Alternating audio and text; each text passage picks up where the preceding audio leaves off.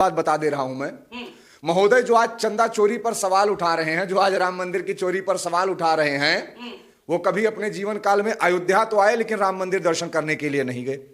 तो पहले राम मंदिर दर्शन करने के लिए आओ, रामलला के चरणों में अपना शीश नवाओ और तुम्हारे पार्टी के द्वारा जो कुकृत्य पहले किया गया है उसका प्रायश्चित करो, फिर राम मंदिर के चंदा चोरी पर तुम सवाल उठाओ।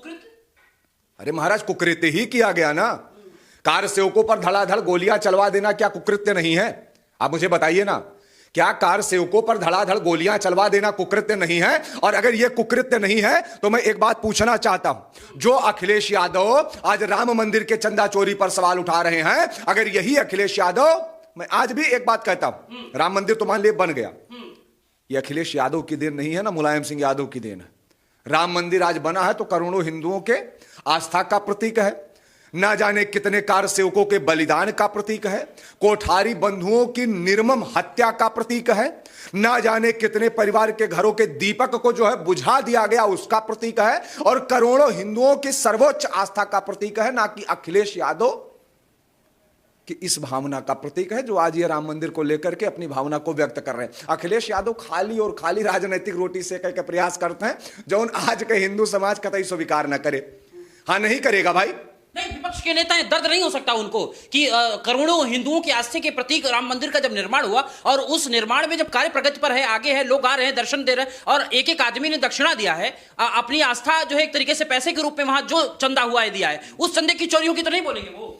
अरे बोलने से आपको थोड़ी ना रोका जा रहा है, लेकिन आप जिस दर्द की बात कर रहे हैं, ये दर्द अखिलेश यादव का स्वाभाविक दर्द नहीं है। अगर ये दर्द स्वाभाविक दर्द होता, अगर ये दर्द आस्था का दर्द होता तो आज मोहित राज को बोलना नहीं पड़ता। लेकिन पूरी तरीके से राजनैतिक मंशा को लेकर के सिर्फ और सिर्फ राम पर सवाल उठाया जा रहा है, जबकि राम मंदिर पर ही सवाल नहीं उठाया जा रहा है। राम की उस मर्यादा पर सवाल उठाया जा रहा है, अयोध्या वासियों के उन संतों पर सवाल उठाया जा रहा है, मंदिर में सेवा करने वाले उन ब्राह्मणों पर भी सवाल उठाया जा रहा है। मुझे एक बात बताइए, आज मंदिर की व्यवस्था, चलिए चोरी हुई, आपने व्यवस्था पर सवाल क्यों नहीं उठाया? मैं आज भी एक बात आपको बता दूं जिसको माननीय योगी आदित्यनाथ जी महाराज भी संज्ञान लेने की आवश्यकता है उनको भी। जब तक मंदिर की व्यवस्था तथाकथित राजनीतिक नेताओं के हाथों में रहेगी तब तक मंदिर का कल्याण कभी नहीं हो सकता, ये आप जान लीजिए।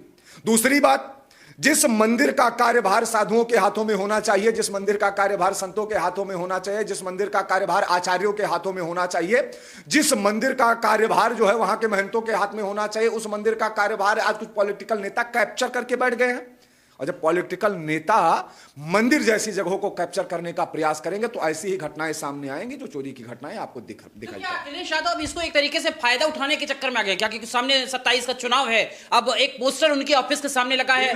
फायदा के अखिलेश यादव का कब वो धर्मस्थान और धर्मस्थलों पर जो है बोला सुने आज तक?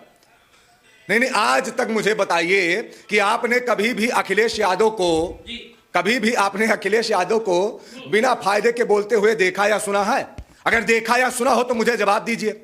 फिर मैं वही बात बोलता हूं तो लोगों को दिक्कत हो जाती है महाराज।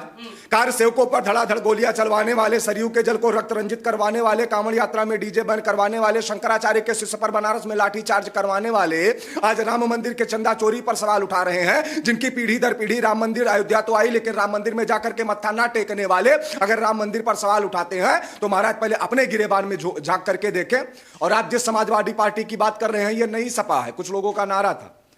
आज मैं आपको एक नारा बता दे रहा हूं, इसको आप अपने हिसाब से चलाइएगा। ये नई हवा है और नई सपा है, और नई सपा है 2027 में फिर से सपा है, इसको आप लिख करके ले लीजिए। ये कहने की आवश्यकता नहीं है। नई हवा है और नई सपा है, और नई सपा है 2027 में फिर से सपा है। तो फिर वो ये क्यों पोस्टर लगवा रहे हैं अपने ऑफिस के सामने कि श्री राम हुए नाराज, अब नहीं आएंगे योगी महाराज? अच्छा, योगी महाराज आज आया है, आज आप हैं अयोध्या में ना? अयोध्या में है कि नहीं? योगी जी आए हुए हैं, योगी जी आए हुए हैं भाई, है कि नहीं है भाई? तो ये तो यही कट जा रहा है।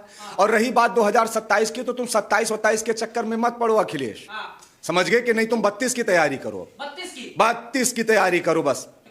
पीडे एक साथ में हम कह रहे हैं ना, तुम 32 की तैयारी करो। और अभी हमको एक बात बताइए, अखिलेश यादव की बड़ी आवश्यकता है उत्तर प्रदेश को। आशीष जी, इस बात को भी आप समझिएगा।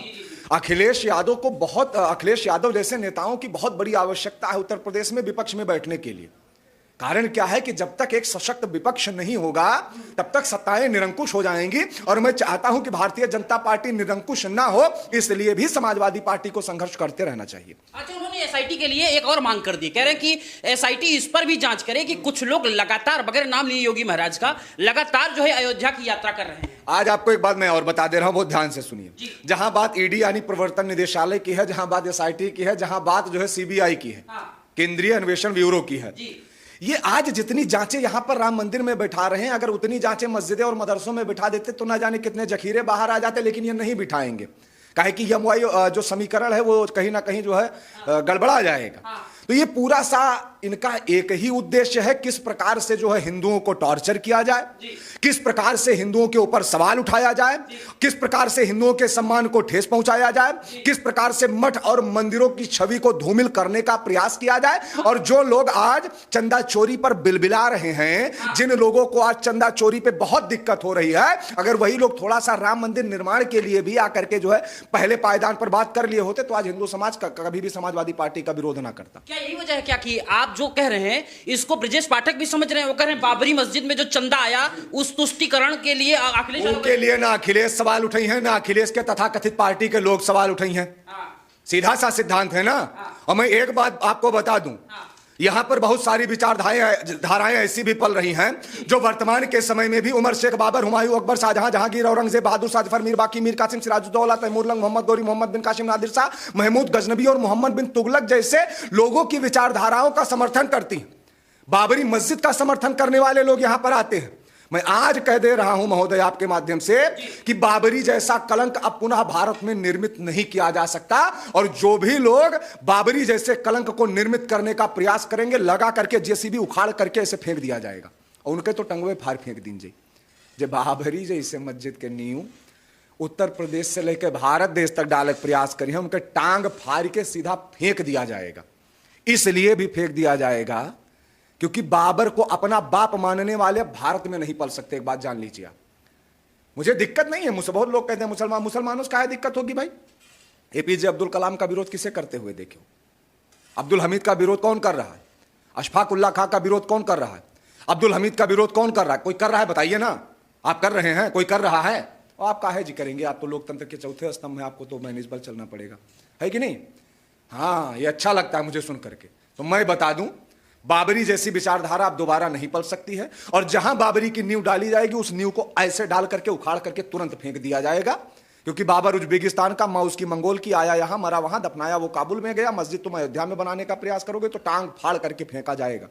और आज के नेता, मंत्री और विधायक और सांसदों को भी बोलने की आवश्यकता है, क्योंकि धर्म हतोयंती धर्मो रक्षति रक्षिता, जो धर्म की रक्षा के लिए कार्य करेगा और जो राम का नाम लेकर के चलेगा, निश्चित है विजय उसकी होगी। और बाकी जो राम मंदिर से अछूते हैं इनके तो सर्वनाश हुई। तो यही आपने कहा कि नेता मंत्रियों को भी बोलने की जरूरत है। अखिलेश यादव बोल तो रहे हैं कि अगर गलत हुआ तो उसके लिए वो आवाज उठा रहे हैं, वो भी एक मंदिर। अखिलेश यादव खाली गलत के लिए आवाज उठा रहे हैं, और विपक्ष को गलत के लिए ही आवाज उठाना चाहिए। लेकिन अगर भारतीय जनता पार्टी कोई अच्छा कार्य करेगी तो उसका विरोध करना है। भारतीय जनता पार्टी सीएए लाएगी, नहीं हम नहीं लाने देंगे। भारतीय जनता पार्टी एनआरसी लाएगी, हम नहीं लाने देंगे। भारतीय जनता पार्टी 370 हटाएगी, गलत हो गया। भारतीय जनता पार्टी नोटबंदी कर देगी, गलत हो गया। काहे गलत हो गया महाराज? अखिलेश यादव से कहो ना गौहत्या के लिए आवाज उठाए ना, उठाएंगे। अखिलेश यादव से कहिए कि लव जिहाद के खिलाफ आंदोलन करें, कह दो करे ना। जैसे वो यहां राम मंदिर से आस्था जुड़ी है ना, वैसे हिंदू के बहन बेटियों से भी जुड़ जाए और ये लव जिहाद के खिलाफ जरा एक मोर्चा खोल दे। और रही बात जो अखिलेश यादव आज राम मंदिर की बात कर रहे हैं, हमने चलो भाजपा को क्रेडिट दे दो।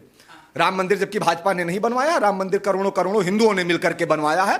भारतीय जनता पार्टी निमित्त मात्र बनकर के आई है। पहली बात, आज भी मथुरा का मंदिर नहीं बना हुआ है। आज भी भगवान श्री कृष्ण के गर्भगृह पर वो ईदगाह कालिक के समान मालूम पड़ती है। उस ईदगाह को उखाड़ फेंकने का काम अखिलेश यादव कर सकते हैं, और वैसे भी कर सकते हैं। अरे कृष्ण का मंदिर है, राम का योगी बनवा दिए तो कृष्ण का आपे बनवा लो ना। और मैं आज कहता हूं, आपके माध्यम से चैलेंज करके कहता हूं कि अगर अखिलेश यादव कृष्ण जन्मभूमि के लिए आंदोलन करके मंदिर बनवाने का काम करेंगे, मंदिर निर्माण करवाने का कार्य करेंगे, शाही ईदगाह जैसे कलंक को उखाड़ फेंकने का कार्य करेंगे, तो अयोध्या की धरती से एक वोट अखिलेश यादव का मोहित राज को भी जाएगा। हाँ, मंदिर केवल निमित्त होना चाहिए। अखिलेश यादव का मोहित राज को भी जाएगा। हम चुनाव लड़ेंगे तो हमको वोट दे देंगे, और रही बात चुनाव लड़ने की आवश्यकता नहीं है। अगर अखिलेश यादव श्री कृष्ण जन्मभूमि का निर्माण करवाते हैं तो मोहित राज का एक वोट अखिलेश यादव को जाएगा। लेकिन एक बात बताइए ना कि अगर 27 चुनाव को लेकर क्या उनके अंदर भक्ति आई क्या? वो तो ये भी कह रहे हैं कि मंदिर को इस तरीके से अगर आस्था के केंद्र को ये लोग कुछ चंद लोग अगर इसको हथियाने की कोशिश करेंगे तो अखिलेश यादव लगातार बोलेंगे। वो चंद लोग कौन है? आज तक अयोध्या की व्यवस्था पर किसी ने सवाल क्यों नहीं उठाया? मुझे आप एक बात बताइए, आज यहां अयोध्या की स्थिति क्या है? सिर्फ क्या चंदा चोरी की बात है यहां पर? जो आप बाहर से देख रहे हैं वो तो आपको दिखाई पड़ रहा है, अंदर की अयोध्या को भी जाकर के आपको खंगालने की आवश्यकता है, जाकर के आपको देखने की आवश्यकता है। अयोध्या में साधुओं की क्या स्थिति है, अयोध्या में संतों की क्या स्थिति है? सबके सब सर्वोच्च पद के अधिकारी हैं, लेकिन वर्तमान के समय में कुछ चीजें जो योगी जी तक नहीं पहुंच पा रही, उनको भी पहुंचने की आवश्यकता है। अयोध्या में संतों को सर्वोच्च सम्मान प्राप्त हो, अयोध्या में साधुशाही के लोगों को सर्वोच्च सम्मान प्राप्त हो, अयोध्या में महंतों को सर्वोच्च सम्मान प्राप्त हो, अयोध्या में आचार्य संप्रदाय के लोगों को सर्वोच्च सम्मान प्राप्त हो। इसलिए भी सर्वोच्च सम्मान के अधिकारी हैं क्योंकि एक आचार्य के जाने पर, एक विप्र के जाने पर, एक साधु के जाने पर, एक संत के जाने पर जो भगवान राम भी हाथ जोड़ करके खड़े हो जाते थे, उन्हें कुछ तथाकथित अयोध्या के वर्दीधारी, जो तथाकथित वर्दीधारी है, जिनकी दूषित मानसिकता है, वो आकर के किनारे करने का प्रयास करते हैं। किसी की औकात है साधुओं को हाथ लगाने की? किसी की औकात है संतों को हाथ लगाने की? किसी की औकात है? तो व्यवस्था योगी जी तक नहीं पहुंच पा रही है। अगर अयोध्या साधुओं को, संतों को, वैरागियों को, आचार्यों को और साधुशाही के लोगों को सर्वोच्च सम्मान नहीं दे सकती है तो इस अयोध्या में किसी भी नेता, मंत्री, विधायक अथवा सांसद के लिए विशेष प्रोटोकॉल की कोई आवश्यकता नहीं। लेकिन एक चीज योगी से जो आपने बात कर दी, आखिरी सवाल मेरा यही है कि अखिलेश यादव ये क्यों कह रहे हैं कि अगर कोई संत, कोई सीएम अगर अयोध्या जी में आता है उसकी एसआईटी जांच होनी चाहिए? नहीं, अखिलेश यादव के तो बुद्धि भ्रष्ट हो गए हैं। अखिलेश यादव की बुद्धि भ्रष्ट हो गई है। कारण क्या है? विपक्ष में बैठते बैठते दिमाग पूरा खराब हो गया है और यह भी पता है कि 27 का भी चुनाव पूरी तरीके से हार जाएंगे। पीडीए के साथ फरहा हो जी है महाराज, फरहा समझत हो, गोंडा वाले हुई हैं तो समझत हुई हैं विशेष कहीं। जैसे जब धान उसावा जाता है तो जो आधा इधर हो जाता है का फरहा कहा जाता है। तो कितनी विधानसभा है? 403। और 403 में यहाँ हम ज्यादा नहीं कही थे, लेकिन अगर ये 50 विधानसभा पर सही से लड़ जाए या 100 विधानसभा पर लड़ जाए तो गनीमत हुई। ये सीधा सा सिद्धांत है। और अखिलेश अब दोबारा उत्तर प्रदेश में नहीं आएंगे और उत्तर प्रदेश में उस किसी भी राजनेता को नहीं आने दिया जाएगा जो हिंदुत्व के खिलाफ होगा, जो हिंदुत्व की विचारधारा के खिलाफ होगा। मैं एक ही बात कहूंगा कि जो राम का नहीं वो किसी काम का नहीं, और हिंदू धर्म से जिसका नाता है वही हिंदुओं को भाता है। और नई हवा है, नई सपा है, नई सपा है 2027 में फिर से सपा है। प्रचंड